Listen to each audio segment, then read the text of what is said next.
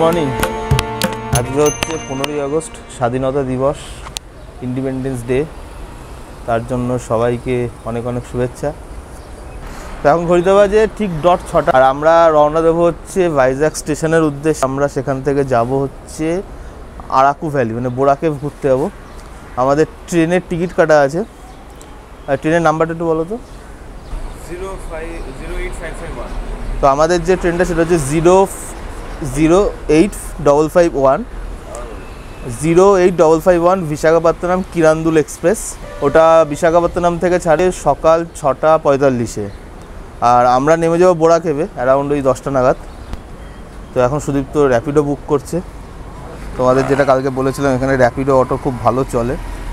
তো আমরা র্যাপিডো অটো করেই যাবো স্টেশনে, এবং আমাদের ভিস্টাডোমে টিকিট করা আছে। আমার এক্স্যাক্ট ফেয়ারটা মনে নেই, আমি ডেসক্রিপশন বক্সে দেখে দিয়ে দেবো। ওই 600 সামথিং চলে এসছে, অটো চলে এসছে।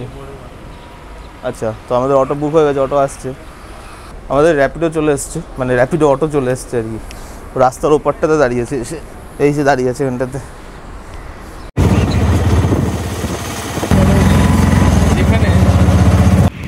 আমরা এসে পৌঁছলাম বিশাখাপত্তনম স্টেশনে। এখন বাজে 6:10, আর আমাদের ট্রেন হচ্ছে 6:45-এ।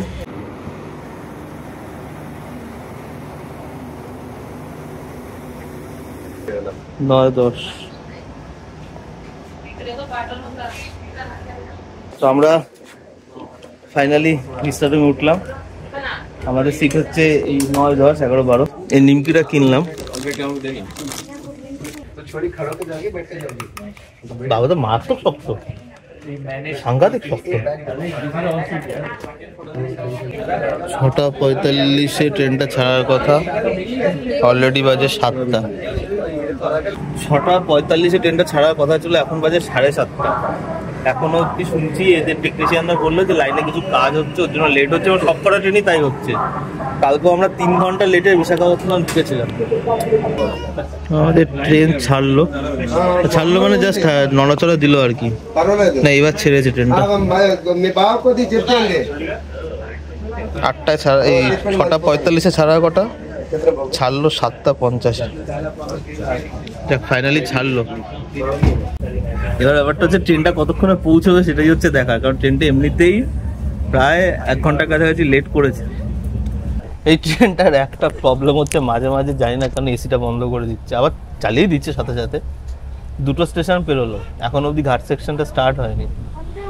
একটা ইনফরমেশন দিয়ে রাখি, যারা এই ট্রেনটাতে উঠবে, মানে যারা এই ট্রেনটাতে করে যাবে আরাকুর দিকে, সবসময় চেষ্টা করবে ডান দিকের সিটগুলোকে নেওয়ার, কারণ ডান দিকেই হচ্ছে মেন ভিউজটা পড়ে। এই যে জার্নিটা হয়, মানে Visakhapatnam to Araku, towards Araku, total 52টা টানেল পড়ে মাঝখানে, এবং সব থেকে বড় যে টানেলটা পড়ে সেটা 800 মিটারের কাছাকাছি একটা টানেল আছে, আর সব থেকে ছোটো আছে 26 মিটার।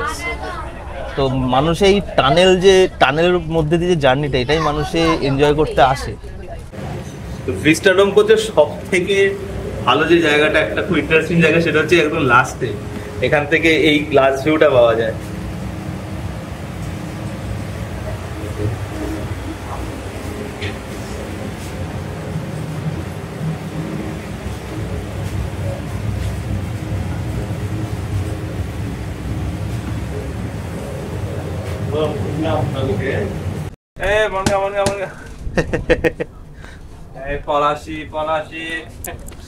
এটা আরাকু যাচ্ছে, আরাকু বোরাকে।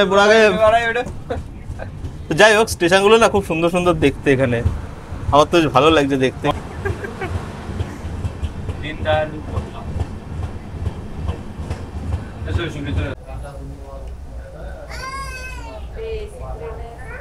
তো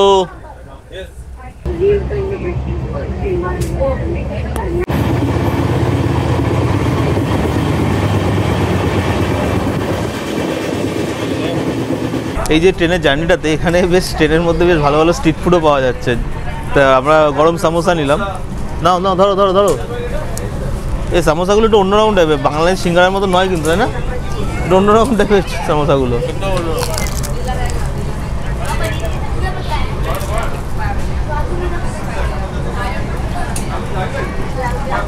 সিঙ্গার পেতে পেঁয়াজের পুর। আবার একটা কোনো স্টেশনে দাঁড়ালাম। এই স্টেশনের নামগুলো আমি পড়তে পারছি না, স্টেশনের নামগুলো প্রচণ্ড টাফ। কিন্তু স্টেশনটার এইখানটা দারুণ, এই জায়গাটা দারুণ স্টেশনে, চতুর্দিকে পাহাড়, চতুর্দিকে পাহাড়। আমাদের একটু জল খুঁজতে হবে, আমাদের জল শেষ হয়ে গেছে। ট্রেনে কোনো মানে জলের কোনো হকার উঠছে না। আর এখানে যা স্টেশনে কোনো দোকানই নেই।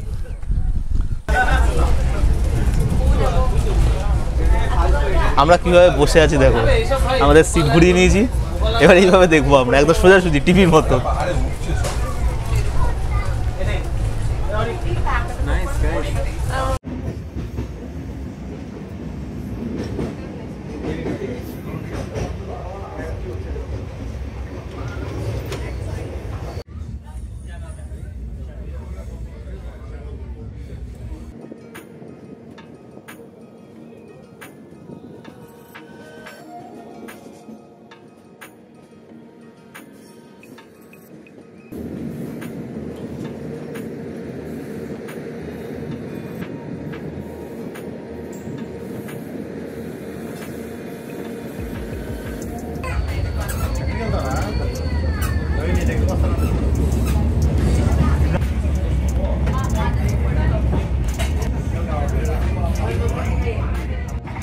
তো আমরা বোরাগাঁওয়ে পৌঁছলাম। স্টেশন থেকে নেমে 850 মিটার মতন ম্যাপে দেখাচ্ছে যে হেঁটে যেতে হবে।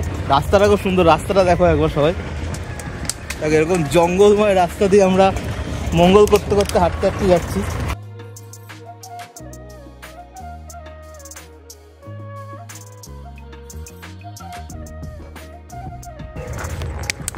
তো বোরাগাঁও প্রায় চলেই এসছে। আমি বোরাগাঁওয়ের ওপেনিং টাইম, ক্লোজিং টাইম আমি ডেসক্রিপশন বক্সে দিয়ে দেবো। টিকিট প্রাইস যা আছে সব ডেসক্রিপশন বক্সে দেওয়া থাকবে।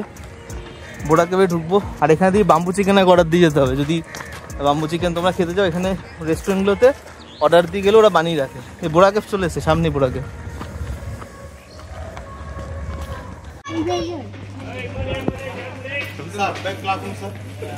বোরাগাঁওয়ে অ্যাডাল্টদের হচ্ছে 80 টাকা, আর বাচ্চাদের হচ্ছে 60 টাকা, যারা 5 থেকে 12 বছরের নিচে। আর এখানে ফোনে ভিডিও অ্যালাউ আছে, ট্রাইপড দাঁড় করা যাবে না। বা কেউ যদি ট্রাইপড বা ক্যামেরা দিয়ে যদি ভিডিও করতে চায় তার জন্য 100 টাকা চার্জ দিতে হবে।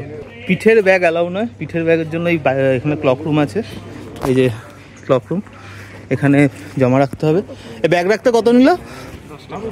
10 টাকা। আর টিকিটটা 80 টাকা করে অ্যাডাল্ট। 80 টাকা করে হচ্ছে অ্যাডাল্ট, আর বাচ্চাদের 60 টাকা, তাই তো? চলো বোরাগাঁওয়ে ঢোকা যাক। বোরাগাঁওয়ে এন্ট্রি পয়েন্ট। শান্ত পরিবেশ, তাই না? কত শান্ত পরিবেশ। এই যে গাছ, অরণ্য। এইবার শুরু করলো সাহিত্যিক কথাবার্তা। অরণ্য জাগিতেছে।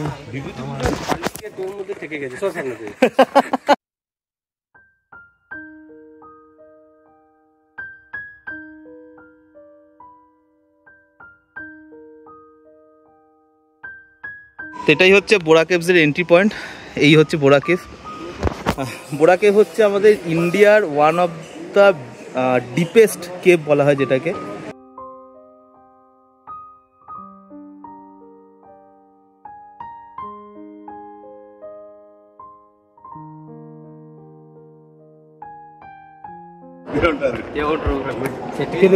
বোরা কেভের এন্ট্রি। আমরা বোরা কেভে ঢুকছি গাইস। তো বন্ধুরা, জীবনের একটা বিশাল বড় এক্সপিরিয়েন্স করতে চলেছি এখন আমি। এর আগে বোরা কেভে এসেছিলাম, কিন্তু সেই সময় ভিডিও টিডিও সেভাবে করা হয়নি। এবার চেষ্টা করবো করার। এখানে গুহাটা এরকম ভাবে উপরটা ফাঁকা, উপর থেকে লাইট পড়ছে। আর এই গুহাটা কিন্তু পুরোপুরি ন্যাচারাল গুহা, মানে ন্যাচারাল ভাবে গুহাটা তৈরি হয়েছে। এই যে এখানে দেখতে পাচ্ছ পাথরের যে কার্ভগুলো, এগুলো সব জল পড়ে পড়ে পড়ে পড়ে কার্ভগুলো তৈরি হয়েছে।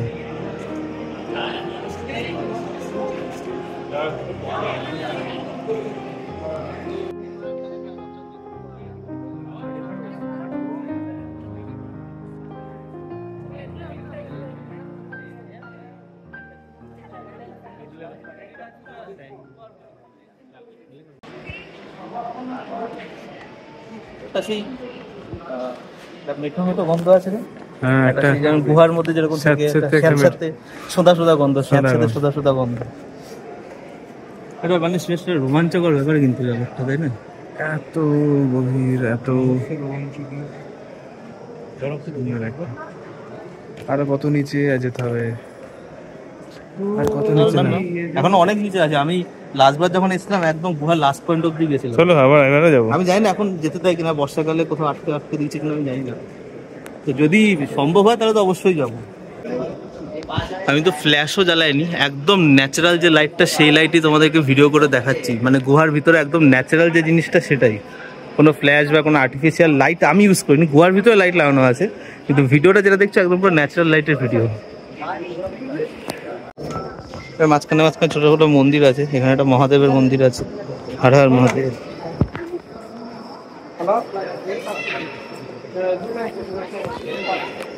আর ব্যাপারটা হচ্ছে কি, আমাকে খুব সাবধানে দেখে দেখে যেতে হচ্ছে, পাথরের মাঝখান দিয়ে চোখে লাইটও পড়ছে। এবার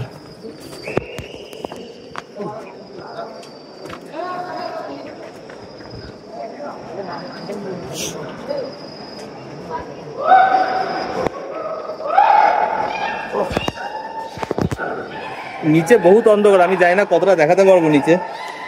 আর তারপর সবথেকে বড় কথা, আমি চশমাটা ব্যাগে ফেলে চলে এসেছি, তো অনেকটা চশমা ছাড়াই আমাকে যেতে হচ্ছে। বাপরে, তো সাংঘাতিক সিঁড়ি এখানে। হ্যাঁ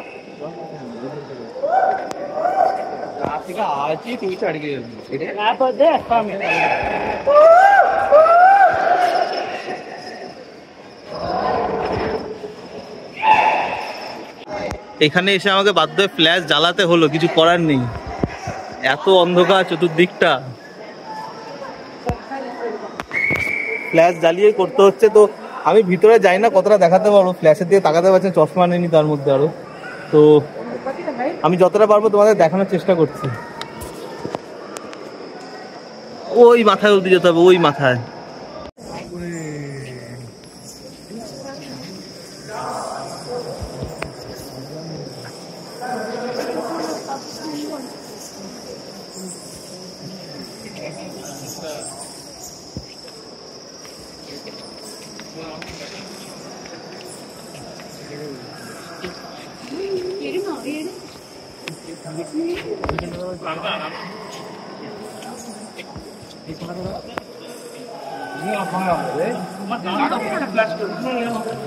জানি না তোমাদের কি দেখাতে পারবো, কিন্তু কি অদ্ভুত যে মায়াবী জায়গা এটা।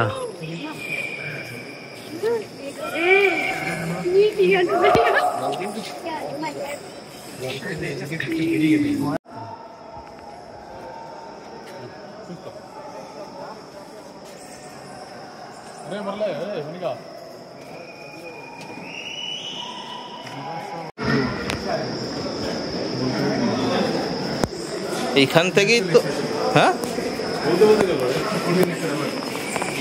এটা এটা কি বলবো বলো,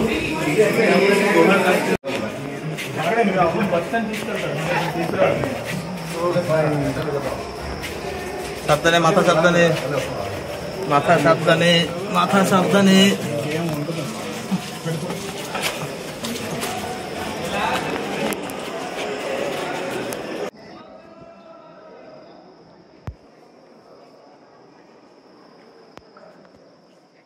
আমরা বোরা কেভ দেখে বেরোলাম, তো কয়েকটা ইনফরমেশান তোমাদের বলে রাখি। আসছে ভালো আসছে ব্যবস্থা, তো কয়েকটা ইনফরমেশান বলে রাখি। সেটা হচ্ছে বোরা কেভ খোলা থাকে বিকেল 5টা অবধি। দীপাঞ্জন ওখানে রাস্তায় বসে পড়েছে। যেটা মেন বলার, বোরা কেভে যখন তোমরা নামবে, যে সিঁড়িগুলো, নামার সিঁড়িগুলো একটু স্টিফ, মানে একটু খাড়াই সিঁড়ি। তো বয়স্ক মানুষ যারা আসবেন, যদি পায়ে কোমরে সেরকম ব্যথা থাকে, খুব বেশি রিস্ক নেবেন না। ভিতরে কিন্তু অনেক জায়গায় যেখানে খুব পিছলও আছে, ভালো জুতো না থাকলেও কিন্তু যাওয়াটা খুব চাপের। যেমন ধরুন হাওয়াই চপ্পল বা স্যান্ডেল জাতীয় কিছু থাকলে একদমই যাওয়ার চেষ্টা করো না, বৃষ্টি শুরু হয়ে গেল। তো এই ইনফরমেশনটা দেওয়ার ছিল। এখন আমরা লাঞ্চ করতে যাব, আর এই চত্বরে কিন্তু বাদরের প্রচণ্ড উৎপাত আছে। নিজেদের দরকারি জিনিসপত্র কিন্তু সাবধানে রাখতে হবে। আমি চোখের সামনে 2-1 ব্যাগ টানতে দেখেছি। আমার ছবি তুলে দাও একটা। আরে ভিডিও করে নিচে, আর ছবি তুলবো কি? তো আমরা লাঞ্চ করতে ঢুকলাম এখন। থালাগুলো সাইজই তো বিশাল বিশাল, দেখো আমাদের এখানে এত বড় থালা পাওয়া যায় না। আর এই বাম্বু চিকেন দিয়ে গেল, হাফ কেজি বাম্বু চিকেন 300 টাকা এখানে, মানে এখানে হচ্ছে কেজি দরে বিক্রি হয় আর কি, এই বাম্বু চিকেন বিক্রি করা হয়। বাম্বু চিকেন এই খাবারটা আরাকু বা এই বোরাকেব চত্বরে খুব ফেমাস। যারাই আরাকু বা বোরাকেব ঘুরতে আসবে, যে কোনো রেস্টুরেন্টে অর্ডার দিলে ওরা বানিয়ে দেয়, খেতে কিন্তু খুবই সুন্দর হয়।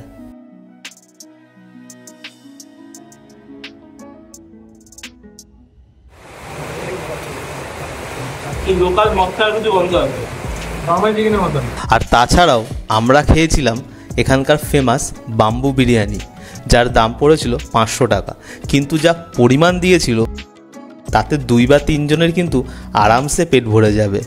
এই খাবারটা এতটাই ভালো, এতটাই সুস্বাদু, দারুণ লাগছে খেয়ে।